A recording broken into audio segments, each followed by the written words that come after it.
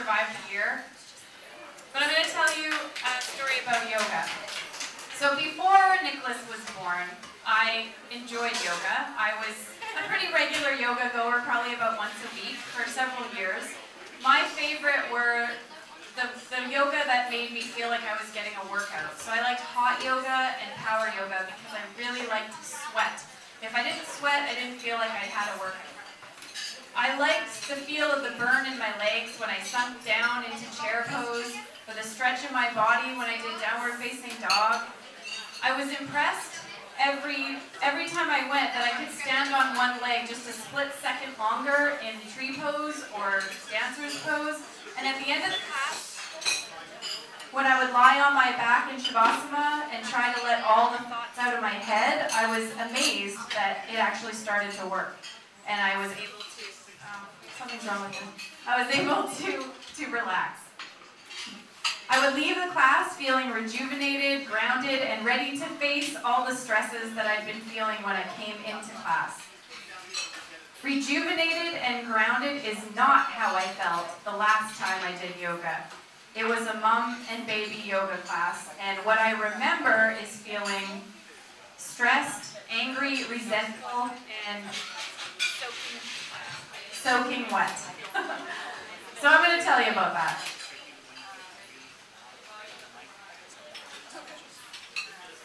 Technical difficulties, sorry about that.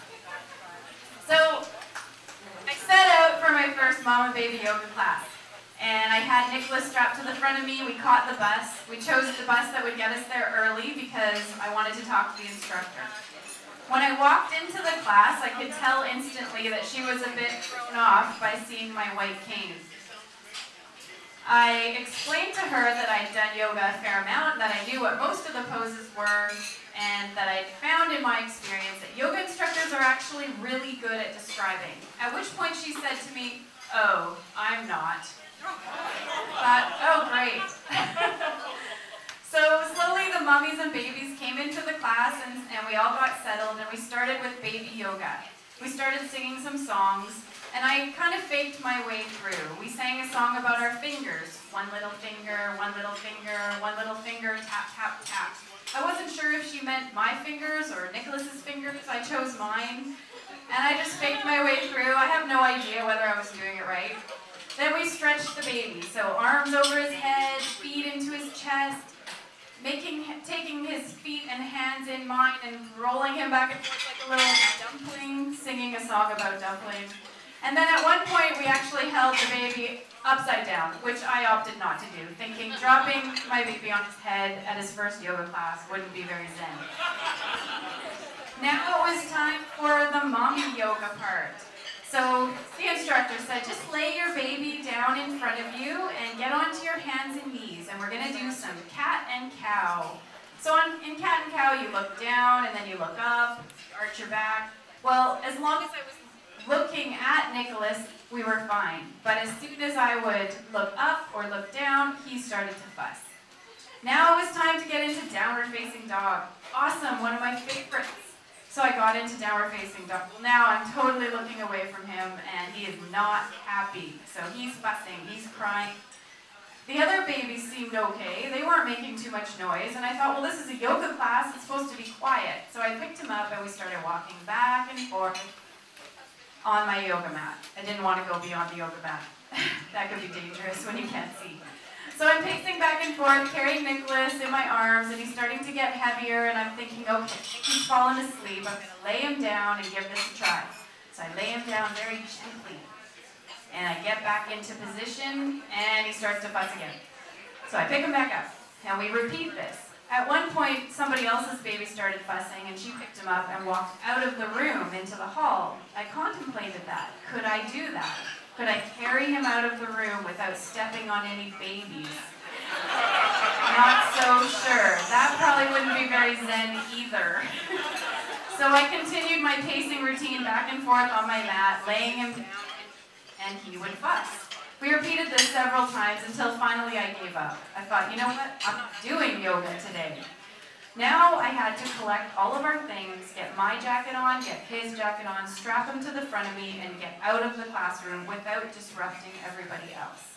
Not an easy task to do while keeping moving constantly so that he didn't make any noise. So I managed to do it. We headed for the door. I'm feeling pretty proud of myself, and then someone stops me and says, "Excuse me, you forgot this." I turned around, and she placed a toy in my hand. I had one of Nicholas's toys. Now I turn back towards the door, and the teacher notices at this point and says, "Oh, Shawn, let me help you." And I said, "I'm fine," as I smash into something, which I believe was a stack of chairs beside the door. Now I imagine everybody's looking at me. The instructor is there. She's got her hand on my back, and she's guiding me through the door. And we get out into the hallway, and I'm feeling completely humiliated and embarrassed and frustrated. I check the time and realize I've just missed my bus. Awesome. So we head outside. I figure, okay, well, we'll go wait for the bus. And I realize it's pouring rain. Even better. Thankfully, my bus stop has a shelter. So we get to the shelter, we're standing there, and honestly, I just wanted to cry. I was so disappointed that I hadn't gone to do any yoga, but I didn't want to cry because I knew that pretty soon all the other mommies were going to be driving by in their nice, warm, dry cars with their babies all tucked into their cozy car seats while I was standing out in the rain with my baby. So I kept a stiff upper lip. A few minutes later, a big truck pulls up to the stop, and I'm thinking, that's not a bus. I could tell there were flashing lights and the smell of diesel, and a couple guys jumped out and informed me that they were going to be digging here for quite a while, and I might want to go stand at the other bus stop. Fabulous. What other bus stop exactly are you talking about? The guy's like, "Yeah, I'll take you there." And he directs me to the street, and I realize that he means the bus stop across the street going in the other direction. He's like, "Oh, don't worry, I'll flag down the bus when it comes, and I'll come and get you, and I'll guide you back to the bus." Like, I haven't been humiliated enough today. Now an entire bus is going to watch me be guided from across the street onto the bus? No thanks. Said, "Forget it, I'll walk." So we started walking. And I knew the bus route. It was about a half an hour walk home, and I figured, okay, I'll just go around the corner to the next bus stop. Well, I'm not sure if you're aware that it's not very easy to find bus stops when you can't see if they don't have shelters or benches, and none of the bus stops that I don't actually know. I'm assuming there were bus stops. I didn't find any of them. So I kept walking, and I knew about halfway home there was a stop with a bench. I thought, I think I can find that bench. If I can just get there before the bus gets there, we'll be good, and we'll get to ride the bus the rest of the way home. So I'm booking it as fast as I can within safety guidelines of having a baby strapped to the front of you when you're blind.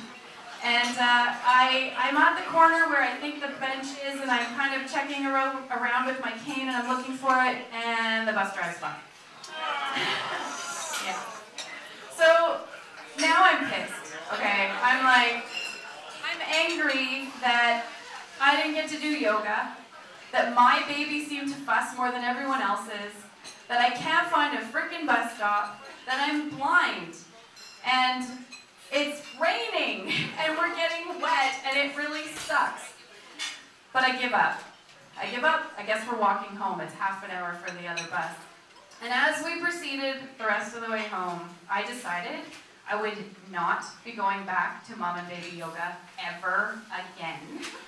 And I would wait until I could go back to those classes where I could feel the burn in my legs, the power, the hot, feel like I had a workout, feel grounded, and be sweating instead of soaking wet from the rain.